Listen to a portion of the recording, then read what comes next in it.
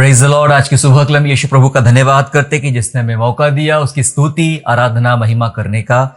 आज फिर एक बार एक बहुत ही महत्वपूर्ण विषय पर प्रभु के वचनों से हम लोग बात करेंगे और परमेश्वर की सेवा और उसकी महिमा करेंगे। मेरे प्यारो, आज हमारा विषय है God can not be mocked. जी हाँ, परमेश्वर ठट्ठों में नहीं उड़ाया जाता। जी हाँ, परमेश्वर ठट्ठों में नहीं उड़ाया जाता। दरअसल ये एक वचन है परमेश्वर का, ये वचन है और ये वचन गलतियों 6:7 में लिखा गया है, जिसके ऊपर बाद में हम अभ्यास करेंगे। लेकिन आज हमारा शीर्षक यही रहेगा, God can not be mocked. परमेश्वर ठट्ठों में नहीं उड़ाया जाता। जबकि आजकल के माहौल में हम देख रहे हैं, नॉट आजकल का माहौल, लेकिन शुरू से ही, चाहे पुराने नियम से हम देखते हैं कि परमेश्वर की ठट्ठा उड़ाने वालों की कमी नहीं है। बहुत सारे अधर्मियों ने, बहुत सारे दुष्ट लोगों ने प्रभु यीशु मसीह का या परमेश्वर का ठट्ठा उड़ाया है। और इसी विषय पर प्रभु के वचन से आज हम बात करेंगे। जबकि आज ठट्टे पे, प्रभु को ठट्टों में उड़ाने का एक ऐसा कल्चर सा निकल पड़ा है। लोग चाहे गांव में हो, शहरों में हो, छोटे प्रमाण में हो, बड़े प्रमाण में हो, विश्व स्तरीय स्तर में हो या अन्य कहीं पर भी हो, परमेश्वर को ठट्ठों में उड़ाया जा रहा है। आइए हम सीखते हैं परमेश्वर के वचन से कि परमेश्वर का वचन आज हमसे क्या बात करना चाहता है। दरअसल ठट्ठा कौन उड़ाता है? ठट्ठा वो उड़ाता है जो परमेश्वर के अस्तित्व को नहीं मानते हैं। समझ रहे आप? जो लोग परमेश्वर के अस्तित्व को नहीं मानते हैं और उसका भय नहीं रखते हैं, ऐसे लोग परमेश्वर की ठट्ठा उड़ाते हैं। क्योंकि ठट्ठा उड़ाने से पहले उनकी विचारधाराओं को हमें समझना पड़ता है कि ये ऐसे लोग होते हैं जो किसी भी रूप से परमेश्वर है इस बात को नहीं मानते हैं, और जब परमेश्वर है नहीं उनकी नजर में तो उसका भय भी वो लोग नहीं रखते हैं। इसलिए बड़े आसानी से ठट्ठा उड़ाने के लिए वे लोग तैयार हो जाते हैं। ठट्ठा उड़ाने के पीछे की जो मनसा होती है, जो बात होती है, वो ये होती है कि ठट्ठा उड़ाना अपमान को दर्शाता है। जब आपको सामने वाले का अपमान, जब आप ठट्ठा किसी को उड़ा रहे हो तो उसका अपमान कर रहे हो। यदि परमेश्वर की ठट्ठा उड़ा रहे हो, परमेश्वर का मजाक बना रहे हो, तो परमेश्वर का अपमान कर रहे हो। ठट्ठा उड़ाने के पीछे उपहास करना, अनदेखा करना या उपहास करना होता है। उपहास करना शामिल है और ठट्ठा के पीछे एक दुश्मनी को दर्शाता है, दुश्मनी को दिखाता है कि भाई शत्रुता है, ये हमें आप पसंद नहीं है, आपकी बातें, आपके काम पसंद नहीं है, और आपके विरोध में जो क्रोध हमारे अंदर है, उस क्रोध को वे ठट्ठा के रूप में प्रकट करके बाहर लाते हैं। सो ये तमाम बातें जो हमने देखी अभी, ये सारी बातें उन लोगों में पाई जाती है जो उसका ठट्ठा उड़ाने का प्रयास करते हैं या मजाक उड़ाते हैं। इसलिए आज हम जिस वचन में बात कर रहे हैं वो यही होगा कि परमेश्वर ठट्ठों में नहीं उड़ाया जाता। और इस वचन में बाइबल चेतावनी के साथ बताती है। जी हाँ, बाइबल चेतावनी के साथ बताती है कि परमेश्वर का मजाक नहीं उड़ाना चाहिए। वही हमारा थीम वचन हम पढ़ेंगे, गलतियों अध्याय 6 और वचन 7, गलातियंस चैप्टर 6 एंड वर्स 7, जहां ऐसा लिखा गया है, धोखा न खाओ, परमेश्वर ठट्ठों में नहीं उड़ाया जाता, क्योंकि मनुष्य जो कुछ बोता है वही काटेगा। शुरुआत हुई वचनों की, धोखा ना खाओ, एक चेतावनी है। अगर आप आगे भी पढ़ोगे तो पता चलेगा यहां पे कि ऐसे लोग जो शरीर के लिए बोते हैं, वो शरीर के लिए विनाश की कटनी काटेंगे। ये कोई साधारण बात नहीं है। ठट्ठा उड़ाना, मजाक उड़ाना परमेश्वर का कोई साधारण बात नहीं है। बाइबल बता रही वो व्यक्ति विनाश की कटनी काटेगा। इसलिए चेतावनी के साथ इस वचन की शुरुआत होती है कि धोखा ना खाओ। जी हां, हमें किसी भी प्रकार के अंधेरे में नहीं रहना चाहिए, किसी भी प्रकार के हमें धोखे में नहीं रहना चाहिए कि जब हम परमेश्वर के साथ इस प्रकार का मजाक करने की हम लोग चेष्टा कर रहे हैं। इसलिए वचन सिखाता है, धोखा ना खाओ, धोखा ना खाओ, क्योंकि परमेश्वर ठट्ठों में नहीं उड़ाया जाता। ये बात हम सबको, हम विश्वासियों को ये पता हो जाना चाहिए कि परमेश्वर ठट्ठों में नहीं उड़ाया जाता। क्योंकि ठट्ठा करते समय जो कुछ हम बोल रहे हैं, जैसे मैंने पहले बताया कि जैसे आप अपमान बोल रहे हैं, आप शत्रुता बोल रहे हैं, आप उपहास बोल रहे हो, आप तमाम प्रकार का क्रोध और बुरी बातें बोल रहे हो, तो ये सारी चीजें लिखा है वचन में कि जो जैसा बोता है वो वैसा ही काटेगा। जैसा बोता है वैसा ही काटेगा। आपने ठट्टा बोया है तो एक वो दिन आएगा कि आपकी भी ठट्टा की जाएगी और आप मजाक का विषय बन जाओगे, जिसके ऊपर अंत में हम लोग बात करेंगे। लेकिन हमने इस बात को देखा कि बाइबल हमें चेतावनी देती है कि परमेश्वर का मजाक नहीं उड़ाना चाहिए, जबकि आजकल परमेश्वर का मजाक उड़ाने में लोग कतई नहीं सोचते हैं। किसी भी प्रमाण में, विश्व स्तरीय हो या फिर लोकल स्तर में हो, लोग परमेश्वर का मजाक उड़ाने से पीछे नहीं हटे। मुझे रीजन बताया, वो परमेश्वर के अस्तित्व को नहीं जानते, पाप में फंसे हुए हैं, शत्रुता उनके अंदर में पाई जाती है, उनके अंदर किसी प्रकार का भय नहीं होता है। पता है, ऐसे लोग जो आज हमें देखने को मिलते हैं, दरअसल ऐसे लोग बाइबल में भी थे। इतिहास इन बातों का गवाह है। बाइबल का इतिहास इन बातों का गवाह है कि इतिहास में बाहरी लोगों के द्वारा परमेश्वर और उसके लोगों का मजाक उड़ाया गया। क्या आप जानते हैं इस बात को? बाइबल में बाहरी लोगों के द्वारा, मैं शब्द जो इस्तेमाल करो उस पर ध्यान दीजिएगा, बाहरी लोगों के द्वारा, इतिहास में बाहरी लोगों के द्वारा परमेश्वर का और उसके भक्तों का, उसके लोगों का मजाक उड़ाया गया। बहुत सारे उदाहरण है, मैं कुछ उदाहरण आपके सामने रखना चाहता हूं बाइबल में से। अश्शूर के राजा सनेरिब के बारे में आप जानते हैं। अश्शूर का राजा सनेरिब जो था, उसने हिजकिय्याह के परमेश्वर का मजाक उड़ाया। सनेरिब ये इस बात को बोलता था, लोगों को कहता था, वहां के लोगों को बहकाता था कि देखो, मैं अश्शूर का राजा हूं और मैंने तमाम दुनिया को जीत लिया है, सारे देवता मेरे पांव के नीचे आ गए हैं, तुम्हारा परमेश्वर यहोवा भी कुछ नहीं कर पाएगा, वो भी हार जाएगा, तुम्हारा राजा तुम्हें नहीं बचा पाएगा, तुम्हारा परमेश्वर नहीं बचा पाएगा। और इस प्रकार की मजाकिया बातें, ठट्ठोमय बातें, एकदम निम्न दर्जे की बातें राजा सनेरिब ने हिजकिय्याह के सामने रखी, उसके लोगों के सामने रखी। हम देखते परिणाम क्या हुआ। 2-3 अध्याय जब आप पढ़ लेते हो दूसरा राजा 18 में, तब आपको समझ में आएगा कि ये क्या हुआ सनेरिब के साथ में। उसके एक ही दिन में 1,85,000 लोग मर जाते हैं। और हम देखते हैं आगे कि सनेरिब अपने देवता के भवन में होता है और उसके ही लोग उसको तलवार से मार डालते हैं उस मंदिर में। जी हां, जिसने परमेश्वर का ठट्टा उड़ाया, मजाक उड़ाया, वो खुद एक मजाक बन गया और मार दिया गया। जी हां, इसलिए वचन हमें चेतावनी देता है कि परमेश्वर ठट्टों में नहीं उड़ाया जाता। नूह के दिनों के विषय में जानते हैं आप, जब नूह ने ऐसी बात कही लोगों से कि परमेश्वर इस दुनिया को खत्म करने वाला है, मन फिराओ और आ जाओ मेरे साथ, मन फिराओ और मेरे साथ चलो, मैं इस जहाज का निर्माण कर रहा हूं। और लोगों ने उसका मजाक उड़ाया। ऐसा कभी होता है क्या? लोग मजाक उड़ाते थे नूह का। जब नूह जहाज बना रहा था, उसके जहाज का, उसके कामों का लोग मजाक बना रहे थे। और जब मजाक हुआ, एक दिन ऐसा आया कि आसमान से बारिश आई, जमीन से भी पानी निकल पड़ा और जहाज निकल पड़ा और पूरी दुनिया पानी में डूब के मर गई और उन्हें बचने का तक मौका नहीं मिला। क्योंकि वो इसलिए ऐसा हुआ क्योंकि उन्होंने परमेश्वर का और परमेश्वर के दास नूह का उन्होंने मजाक उड़ाया। क्या सीख रहे हम? परमेश्वर ठट्ठों में नहीं उड़ाया जाता। परमेश्वर ठट्ठों में नहीं उड़ाया जाता। बाइबल में एक नबी, इसका नाम है रोने वाला नबी, रोने वाला नबी, और वो है इर्मिया, जिसे रोने वाला नबी कहा जाता है। इर्मिया अपने पुस्तक में, इर्मिया नबी की पुस्तक में और विलाप गीत में वो 3-4 बार इस वाक्यों का प्रयोग करता है कि लोग मेरा ठट्ठा उड़ा रहे, लोग मेरा मजाक उड़ा। आइए एक वचन को पढ़ेंगे हम लोग, विलाप गीत 3 अध्याय और वचन 14, लैमेंटेशन चैप्टर 3 एंड वर्स 14। सब लोग मुझ पर हंसते हैं और दिन भर मुझ पर ढालकर गीत गाते हैं।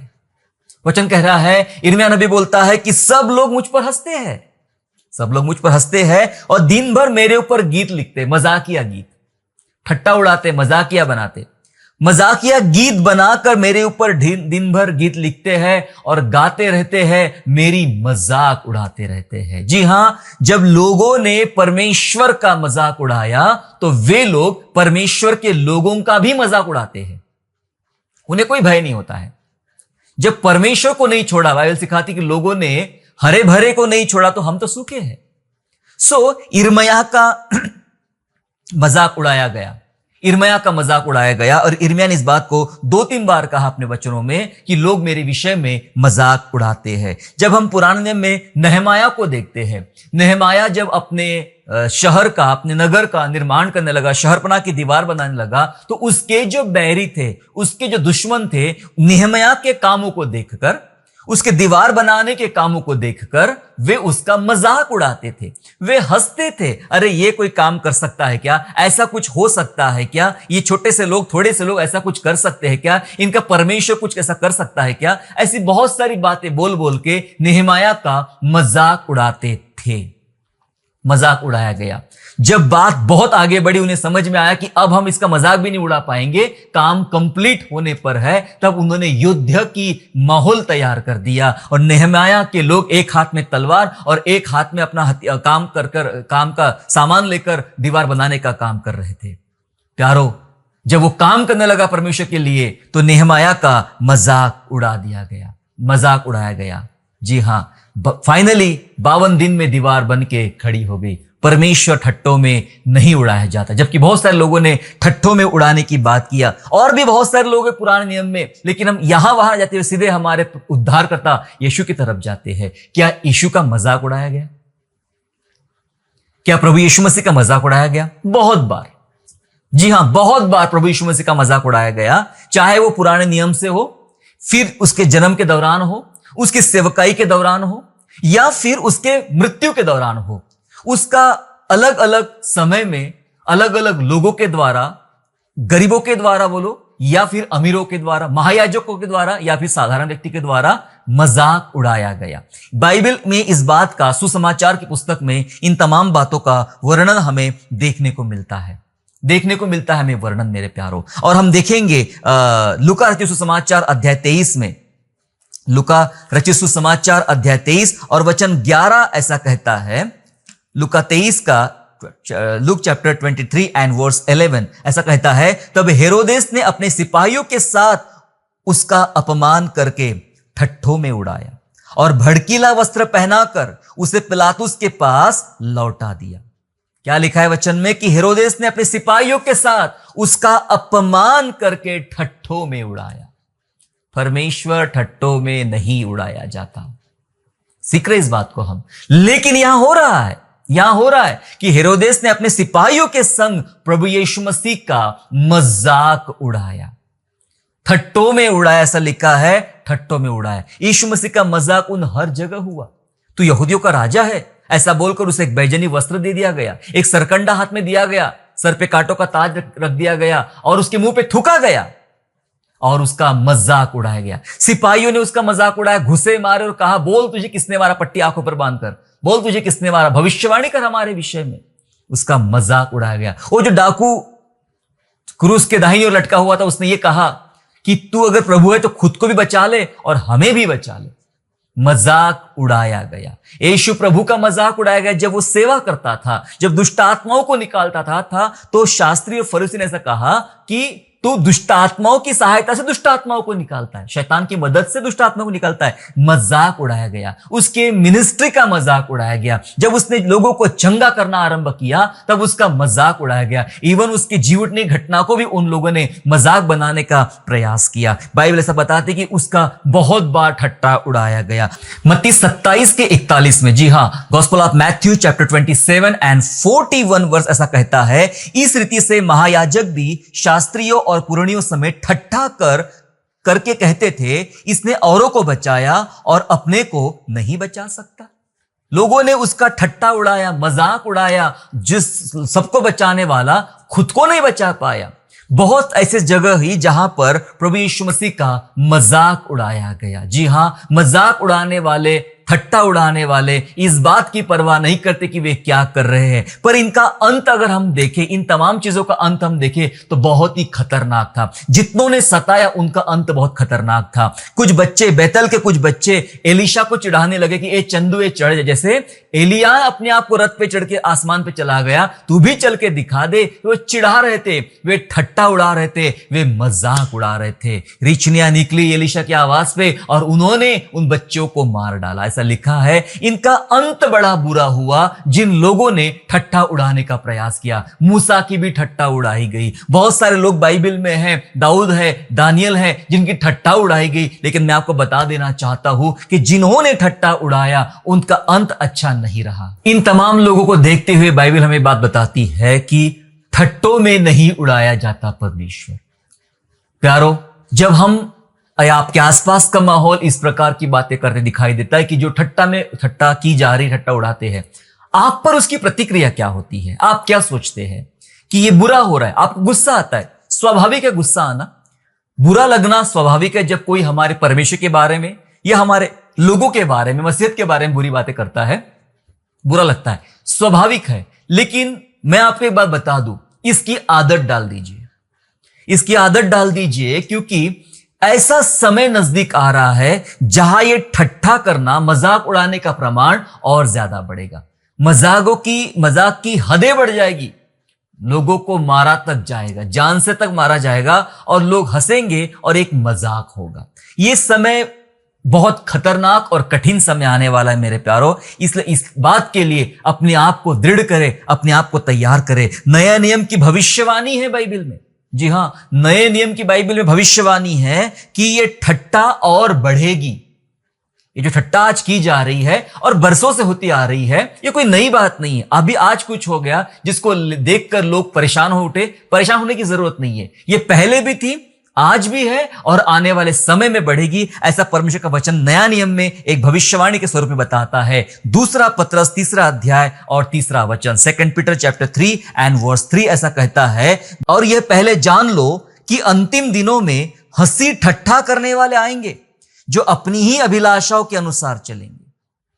क्या लिखा है वचन में? अंतिम दिनों में हंसी ठट्ठा करने वाले आएंगे, मजाक उड़ाने वाले आएंगे, मजाक करने वाले आएंगे। परमेश्वर का, मसीहत का, परमेश्वर के वचनों का, प्रभु के कामों का मजाक उड़ाने वाले लोग आने वाले समय में और बढ़ने वाले हैं और आने वाले। प्यारो, अपने आप को क्रोधित करने से अच्छा है अपने आप को तैयार करें। यह समय आने वाला है और इस समय का मुझे सामना करना पड़ेगा। अधिक से अधिक प्रार्थना करें, प्रार्थना में समय बिताए। इन सब मैटर को, इन सारी बातों को हमारी प्रार्थना ही कंट्रोल कर सकती है। ज्यादा टाइम, ज्यादा समय दुआ में बिताए, समय बहुत खराब आने वाला है। लेकिन अभी तक हमने जिन बातों को पढ़ा था, अब थोड़ा सा सब्जेक्ट, नजरिया चेंज होगा। मैंने पहले कहा था कि इतिहास में बाहरी लोगों के द्वारा परमेश्वर का और परमेश्वर के लोगों का मजाक उड़ाया गया। बाहरी लोग मैंने इस्तेमाल किया, लेकिन क्या आप जानते हैं हमारे भीतरी लोगों के द्वारा भी बहुत तेजी से परमेश्वर का मजाक उड़ाया जाता है। कभी आपने इस पर ध्यान दिया? हमारे भीतरी लोग, विश्वासियों के द्वारा, कलीसिया के लोगों के द्वारा, हम मसीहों के द्वारा भी हमारे परमेश्वर का मजाक उड़ाया जाता है और उस पर हम बहुत बार अनदेखा करते हैं, ध्यान नहीं देते हैं और ऐसा लगता है कि ये तो चलता है, ये तो होते रहता है। आज आप सोशल मीडिया पर देखिए, अलग अलग प्लेटफॉर्म पे देखिए, लोग परमेश्वर के नाम पर, हमारे ही लोग मजाक उड़ा रहे हैं, मजाक बना रहे हैं। प्रभु के कामों का, प्रभु के सिद्धांतों का, प्रभु के वचन का मजाक बना रहे हैं। पवित्र आत्मा का मजाक बनाया जा रहा है। जी हां, मजाक बनाया जा रहा है। पवित्र आत्मा इतना शक्तिशाली, इतना सामर्थी है, जिसे एक साधारण सा व्यक्ति बनाकर, कोई चमत्कारिक व्यक्ति बनाकर उसके साथ मजाक बनाया जा रहा है और लोग उसकी मजा ले रहे हैं, ठट्ठों में उड़ाया जा रहा है। ये हमारा भीतरी भाग है। हमने अभी बाहरी भागों पर बात किया कि बाहरी लोग सताए, चाहे सनहेरीब राजा हो, चाहे वो एलीशा के दौरान में बच्चे हो या अन्य लोग हो, वे सताने का काम करे, चाहे हेरोदेस हो। लेकिन यहां हम भीतरी लोगों की बात कर रहे हैं। भीतरी लोगों के द्वारा भी बहुत बार न्याय बिगाड़ा गया, परमेश्वर को सताया गया, परमेश्वर के सामने उसको क्रोध दिलाया गया, फिर चाहे वो हनन्याह, सफीरा हो या फिर अन्य दूसरे लोग जिनके द्वारा सताया गया। हम जनरल बात करें मेरे प्यारो, मैं आपको बहुत सारी जनरल बातें बताना चाहता हूं, कहां कहां हम किस प्रकार से परमेश्वर का मजाक उड़ाते हैं। पवित्र आत्मा का मजाक कैसे उड़ाया जाता है? कोई कहता है कि मुझे परमेश्वर ने बताया है कि आपसे शादी करूं। एक लड़का एक लड़की से कहता है कि मुझे परमेश्वर की आत्मा ने बताया है कि मैं आपसे विवाह करूं। शायद आपने ऐसी बातें सुनी होगी और 1000 केसेस में मात्र एक ही केस ऐसा होता है जो जेन्युइन होता है। एक ही होता है जो जेन्युइन होता है, बाकी सब फेक होते हैं। क्योंकि लड़के को लड़की पसंद आ गई या फिर लड़की को लड़का पसंद आ गया, अपनी बात मनवाने के लिए, परिवार वालों से, कलीसिया से अपनी बात मनवाने के लिए सिंपल वे है, आप पवित्र आत्मा का सहारा ले लो झूठ बोलने के लिए कि मुझे परमेश्वर ने बताया, मुझे पवित्र आत्मा ने बताया कि मैं आपसे शादी करूं। मैं कहता हूं जिस किसी ने आपको ऐसी बात कही है उसे एक जवाब जरूर दीजिए, ठीक है आपको परमेश्वर ने कहा है मेरे से शादी करने के लिए, मैं भी इंतजार करूंगी या करूंगा कि वो मुझे भी बताए आपसे शादी करने के लिए। अगर वो आपको बता सकता है तो मुझे भी बता सकता है। यस, लेकिन कई बार गुमराह किया जाता है और पवित्र आत्मा का मजाक उड़ाया जाता है। लोग अपनी मनमानी करने के लिए पवित्र आत्मा की सहायता लेते हैं, नाम लेते हैं, अपनी मर्जी पूरी करना है, कुछ अपनी मर्जी पूरी करना है, अपनी बात पूरी करना है। तो परमेश्वर ने मुझे आज इस प्रकार से बात किया, परमेश्वर ने मुझे ऐसा बताया है कि मैं ये करूं, मैं वो करूं, है ना, अपनी मनमानी करने के लिए। हम अगर आप कह दो कि मुझे परमेश्वर ने ऐसा बोला, तो सामने वाला तो वैसे ही चुप हो जाएगा। यह बहुत अच्छा तरीका है सामने वाले को चुप करने का। कुछ भी बात आप मनवाते हो तो बोल दो सामने से कि मुझे परमेश्वर ने बताया है। क्या हर बात परमेश्वर ने बताया है? कई बार नहीं बताई होती ये बात और फंस जाते हैं। तो हम क्या कर रहे भीतरी रूप से? भीतरी के लोग परमेश्वर का मजाक उड़ाने का प्रयास कर रहे हैं। कई लोग ऐसा कहते थे कि हमें प्रभु की आत्मा ने बताया कि आपका संदेश सुनूं। अच्छा, कुछ दिनों के बाद में मेरा संदेश छोड़ के किसी और का देखने लग गए। अब किसकी आत्मा ने बताया तुमको? फर्क पड़ गया। जी हां, लोग परमेश्वर की बताई बातों का मजाक बनाने का प्रयास करते हैं। किसी एक व्यक्ति ने मुझे कुछ दिन पहले अपनी चर्च में सेवा के लिए बुलाने का निमंत्रण दिया। उन्होंने कहा कि मुझे परमेश्वर की आत्मा ने बताया कि मैं आपको अपनी कलीसिया में सेवा के लिए बुलाऊं। मैंने कहा बहुत अच्छी बात है, आपको प्रभु ने बताया तो चलो ठीक है, आता हूं मैं। और मैंने कहा कि बाय ट्रेन मैं आपके समय तक नहीं पहुंच पाऊंगा, बेहतर है आप एक फ्लाइट का टिकट भेज दीजिए मुझे, मैं आपके समय पे पहुंच जाऊंगा और सेवा करूंगा। क्योंकि आपका चर्च छोटा चर्च नहीं है, गरीब चर्च नहीं है कि मेरे लिए इतना भी आप ये ना कर सके। तो थोड़े समय के बाद उन्होंने कहा कि सॉरी ना, हम लोग ऐसा नहीं कर सकते, फिर दूसरे किसी प्रचारक को हम देख लेते। अरे भाई, उसका क्या हुआ जो आपको परमेश्वर की आत्मा ने बताया? ठीक है ना, परमेश्वर की आत्मा ने बताया कि पास्टर हरीश बागले को बुला लिया जाए, तो फिर दूसरा क्यों आ रहा है?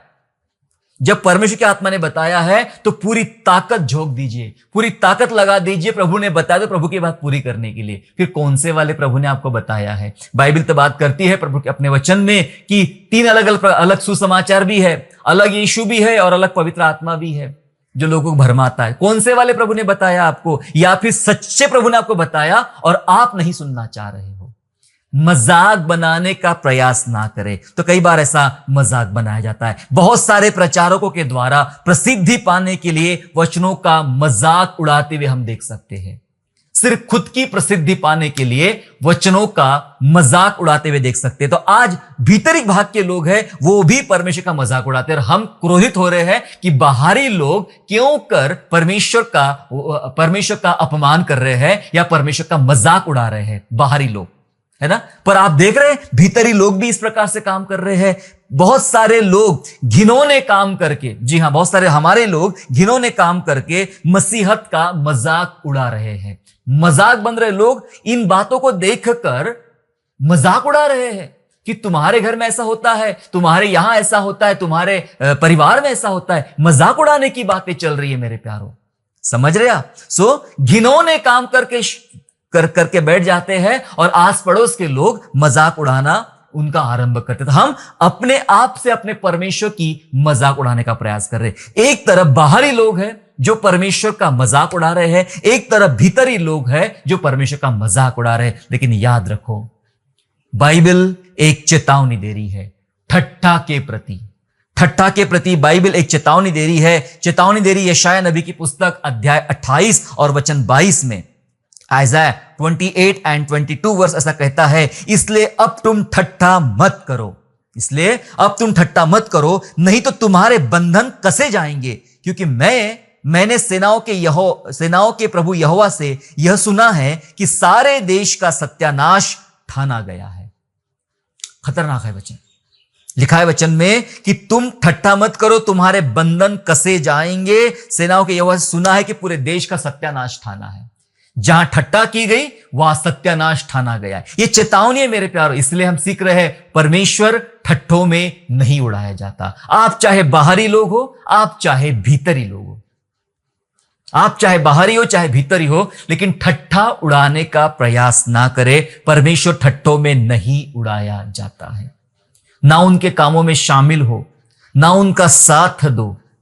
मेरे प्यारो, ये जो बातें मैंने आपको बताया, अगर ये बातें आपको समझ में आई है तो परमेश्वर के क्या ये कामों के प्रति क्या करना पड़ेगा? ठट्ठा के प्रति कलीसिया की एक मुख्य भूमिका आज कलीसिया ने निभाना चाहिए। दो मुख्य काम कलीसिया ने करना चाहिए। पहला काम कि अगर आपने इस प्रकार से भीतरी भाग में होकर ठट्ठा किया है, कलीसिया के भीतर होकर ठट्ठा किया है, परमेश्वर का मजाक बनाने का प्रयास किया है, तो क्या करना है? इससे पहले कि प्रभु बोले कि मैं पूरे देश का सत्यानाश कर दूं, क्या करना है? पश्चाताप और क्षमा। पश्चाताप और क्षमा मांगना है हमें परमेश्वर के सामने। आओ परमेश्वर के सामने क्षमा मांगे, माफी मांगे। यदि आपने उन लोगों को जो बाहरी लोग हैं परमेश्वर की निंदा करते हुए, ठट्ठा करते हुए देखा है, तो क्रोध में आके उनके खिलाफ मारपीट करने मत उठ जाइए। बाइबल के अनुसार उन्हें क्षमा कीजिए। बाइबल बताती है हमें, हे पिता ये नहीं जानते ये क्या कर रहे, इन्हें क्षमा कर।